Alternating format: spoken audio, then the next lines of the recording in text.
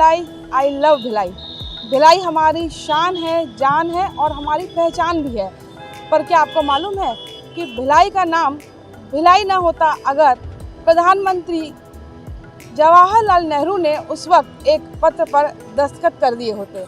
जी हाँ, हम आज बात कर रहे हैं उस दौर की जब ऐसा वक्त आया था कि लोगों ने भिलाई का नाम बदलने की मांग तत्कालीन प्रधानमंत्री जवाहरलाल नेहरू के सामने रख दी थी। ये दौर कैसा था, उस वक्त क्या हुआ था, यह हम सारी चीज़ बताएंगे। लेकिन उससे पहले हम आज ये चीज़ आपको क्यों बता रहे हैं, उसके पहले की जो कहानी है वो हमको पहले बताते हैं कि आज हमारे पहले शिक्षा मंत्री, देश के पहले शिक्षा मंत्री मौलाना अबुल कलाम आज़ाद जी का जन्मदिन है, जिसे पूरा राष्ट्र राष्ट्रीय शिक्षा दिवस के रूप में मनाता है। और मौलाना अबुल कलाम आज़ाद को भिलाई से जोड़ने की यह कहानी हमें पता चली हमारे शहर की नब्ज़ को पहचानने वाले वरिष्ठ पत्रकार जाकिर हुसैन से।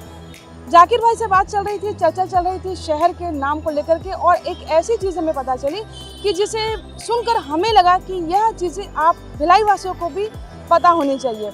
आज मौलाना जी के जन्मदिन पर हम आपको एक ऐसी चीज़ बताने जा रहे हैं जो एक अपने आप में इतिहास को समेटे हुए हैं। जी हाँ, फरवरी 1959 का दौर था जब 22 फरवरी को मौलाना जी का इंतकाल हुआ। और मौलाना जी के इंतकाल के बाद में मध्य प्रदेश के साथ साथ में पूरे देश में मांग उठी कि उनकी स्मृतियों को सहेजने के लिए, उनके नाम को यादगार बनाने के लिए कुछ ऐसा किया जाए कि जो देश हमेशा याद रखे। स्वतंत्रता संग्राम सेनानी मौलाना साहब के नाम को यादगार बनाने और इतिहास के पन्नों में अलग उनकी स्मृति होने के लिए जो शुरू हुई, उस मुहिम को लीड कर रहे थे तत्कालीन मध्य प्रदेश के मुख्यमंत्री कैलाश नाथ काटजू।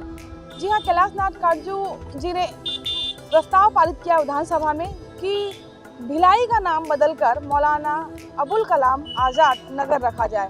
और यह प्रस्ताव संसद में भी पारित हुआ, सांसदों ने भी सहमति जताई और सभी ने मिलकर के प्रधानमंत्री कैलाश नाथ जी ने अपने पत्र में अपनी इच्छा जताई, विधायकों और सांसदों की सहमति को भी उसमें शामिल किया और पत्र भेजा। पर तत्कालीन प्रधानमंत्री पंडित जी की सोच कुछ अलग ही थी। और उनकी सोच क्या थी, हम आपको इस पत्र के माध्यम से दिखाएंगे जो उन्होंने लिखा था। 4 अगस्त को उन्होंने पत्र का जवाब दिया और उस पत्र का हूबहू हम रूपांतरण आपको बता रहे हैं कि उन्होंने इस पत्र में क्या लिखा था। उस पत्र के बारे में आप जानें उससे पहले हम बताना चाहेंगे कि यह पत्र आप ऑनलाइन में देख सकते हैं और एक संग्रहालय है, वहाँ पर यह पत्र आज भी मौजूद है। Nehru memorial museum and library यह पूरे पत्र संग्रहित है। और यह जो पत्र का जो संग्रहण है वह selected works of Jawaharlal Nehru. जी हाँ, इस संग्रहण में जवाहरलाल नेहरू के उन सभी पत्रों को शामिल किया गया जो उन्होंने एक छोटे से कांग्रेस के कार्यकर्ता से लेकर के विश्व के लोगों को लिखा हुआ है। और उसी में यह पत्र भी शामिल है जिसमें भिलाई के बदलने के नाम का उल्लेख होता है।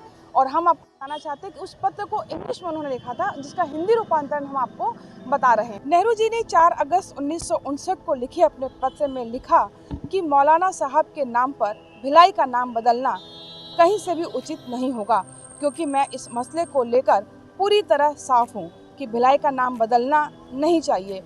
मैं यह पसंद भी नहीं करूँगा कि किसी शख्सियत का नाम इस तरह रेखांकित किया जाए। भिलाई पूरी दुनिया में भिलाई के नाम से ही जाना जाता है और इसे बरकरार रहना चाहिए। जी हाँ, ये पंडित जी का पत्र था। और इस पत्र के बाद भिलाई के शहर को, भिलाई शहर के नाम को बदलने की मुहिम वही समाप्त हो गई। और यह एक इतिहास बन गया कि वाकई अगर उस दिन नेहरू जी ने उस पत्र पर दस्तखत कर दिए होते तो हमारा शहर का नाम भिलाई कुछ और होता। यह वह दौर था जब भिलाई स्टील प्लांट अपने शुरुआती दौर पे था। प्लांट का निर्माण हो रहा था और भिलाई को एक नई पहचान मिलने जा रही थी। रूस और भारत की मैत्री का यह प्रतीक भिलाई स्टील प्लांट अपने आप में नए शहर को लेकर के आगे बढ़ रहा था।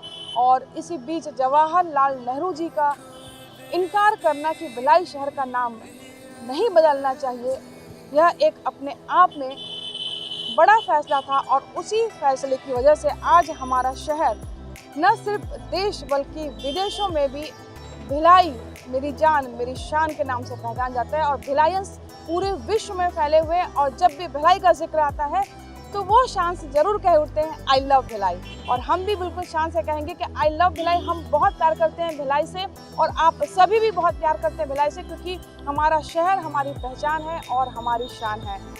केपी न्यूज़ के लिए गौकर निषाद के साथ कोमल धनेश्वर को इजाजत दीजिए। नमस्कार।